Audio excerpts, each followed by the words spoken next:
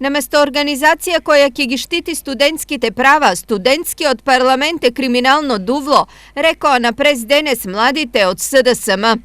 Нивната реакција е резултат на вчера поднесената кривична пријава против лидерот на штипските студенти, 27-годишниот ГС, кој се сомничи за проневера на 31.000 евра. Да не забораваме дека станува збор за студентски лидер со истечен мандат, нелегитимен, а негово криминално работење е потврда за што узурпирал председателската функција и работел на штета на студентскиот парламент. Студентскиот лидер младите СДСМовци го посочуваат и како активист кој работел против студентските права и слободи. Минатата година се обидуваше да ги обструира студентските протести. Ги повикуваше студентите да не излегуваат на протест.